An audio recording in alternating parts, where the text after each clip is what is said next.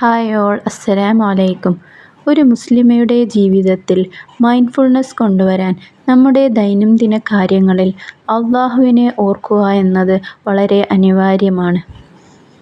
അള്ളാഹുവിനെ ഓർക്കുന്നതിലൂടെ മാത്രമേ നമ്മളിൽ ഒരു ആത്മീയ ഉയർച്ച ഉണ്ടാവുകയുള്ളൂ.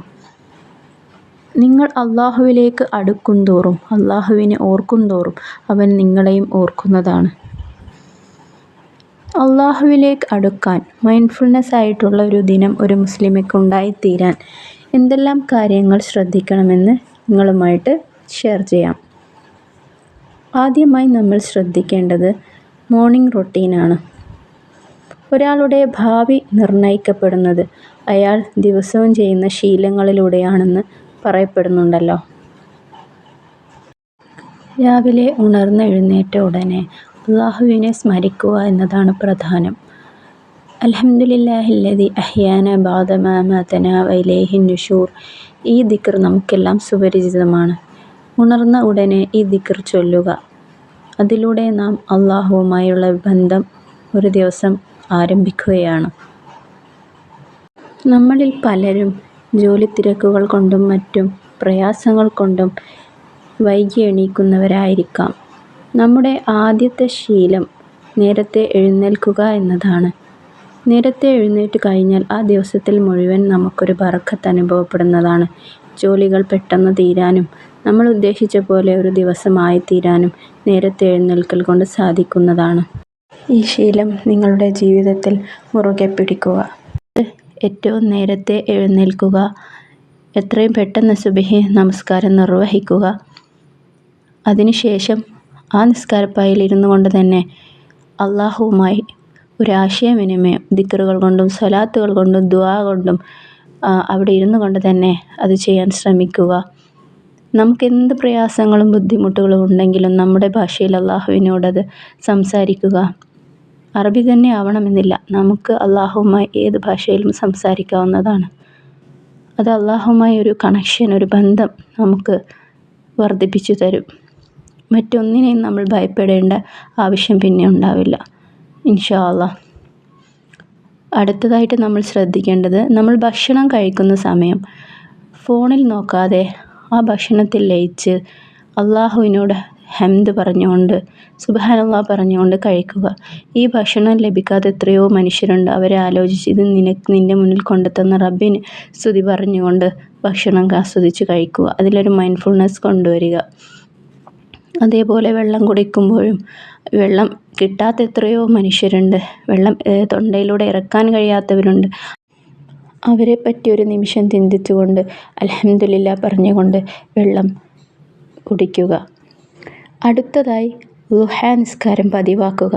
ഒരു മനുഷ്യൻ്റെ ജീവിതത്തിൽ ബർക്കത്ത് കൊണ്ടുവരാൻ, റിസ്കിൻ്റെ വാതിലുകൾ തുറക്കപ്പെടാൻ, എല്ലാവിധ ഐശ്വര്യത്തിനുമായി ളുഹാ നിസ്കാരം പതിവാക്കുക. ളുഹാ നിസ്കാര സമയം സൂര്യൻ ഉദിച്ചുയർന്നത് മുതൽ ളുഹർ ബാങ്കിൻ്റെ അല്പസമയം മുമ്പ് വരെയാണ്. നമുക്ക് സ്ഥിരമായ ളുഹാ നിസ്കാരം നിസ്കരിക്കാൻ അള്ളാഹു തൗഫീക്ക് ചെയ്യട്ടെ.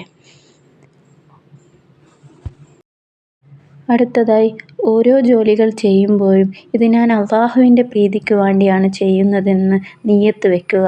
മനസ്സിൽ ആ ബോധം കൊണ്ടുവരിക. ബിസ്മില്ലാഹിർ റഹ്മാനിർ റഹീം എന്ന ദിക്ർ കൊണ്ട് ആരംഭിക്കുക. ബിസ്മിയുടെ മഹത്വം നമുക്കെല്ലാം അറിയുന്നതാണല്ലോ.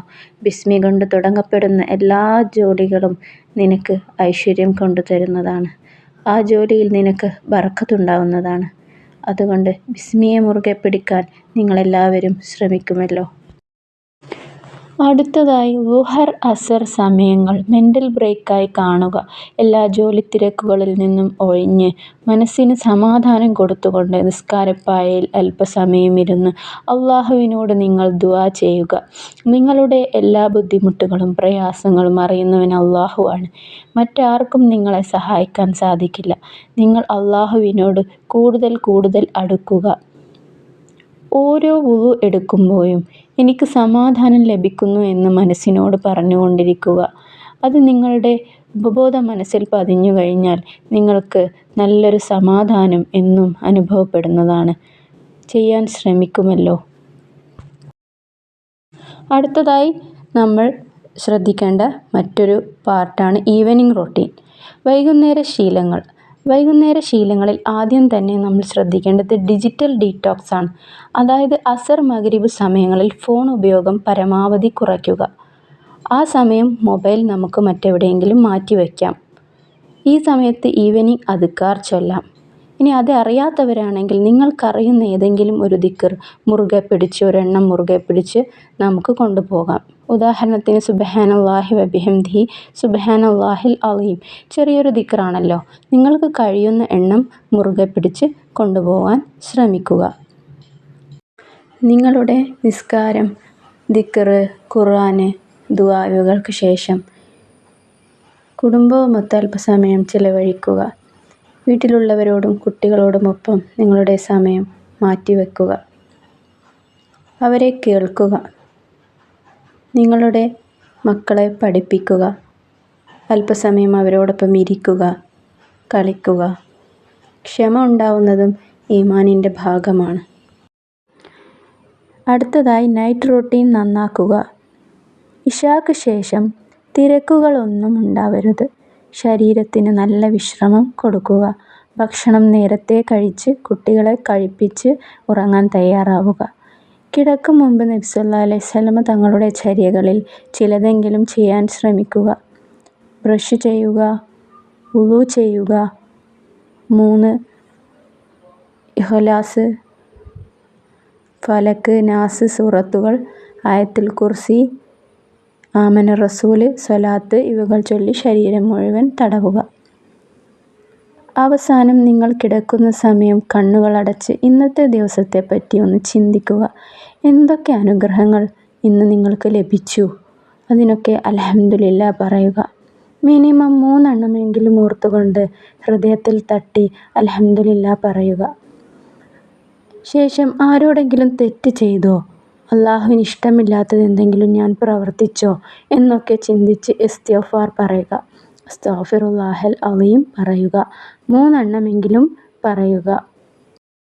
ഇനി നിങ്ങൾക്ക് ഒരു ദിവസം വേഗത്തിൽ അല്ലാഹുവിൻ്റെ ഇഷ്ടം സമ്പാദിക്കാനുള്ള ഒരു ടിപ്പ് ഞാൻ പറഞ്ഞു തരാം. നാം ചെയ്യുന്ന ഓരോ ജോലികൾക്കിടയിലും ദിക്റുകൾ ചൊല്ലുക. സുബ്ഹാനല്ലാഹ്, അൽഹംദുലില്ലാഹ്, അല്ലാഹു അക്ബർ, ലാ ഇലാഹ ഇല്ലല്ലാഹ് തുടങ്ങിയ ദിക്റുകളും സ്വലാത്തുകളും കൊണ്ട് നമ്മുടെ ഹൃദയത്തെ അല്ലാഹുവുമായി കൂടുതൽ അടുപ്പിക്കുക. പെർഫെക്റ്റ് റൊട്ടീൻ ആവശ്യമില്ല. ചെറുതെങ്കിലും സ്ഥിരമായ നല്ല ശീലങ്ങളാണ് അല്ലാഹു ഇഷ്ടപ്പെടുന്നത്. അത് നമ്മെ സമാധാനപരമായ മുസ്ലിം ജീവിതം രൂപപ്പെടുത്താൻ സഹായിക്കുന്നതാണ്. ഇൻഷാ അല്ലാഹ്.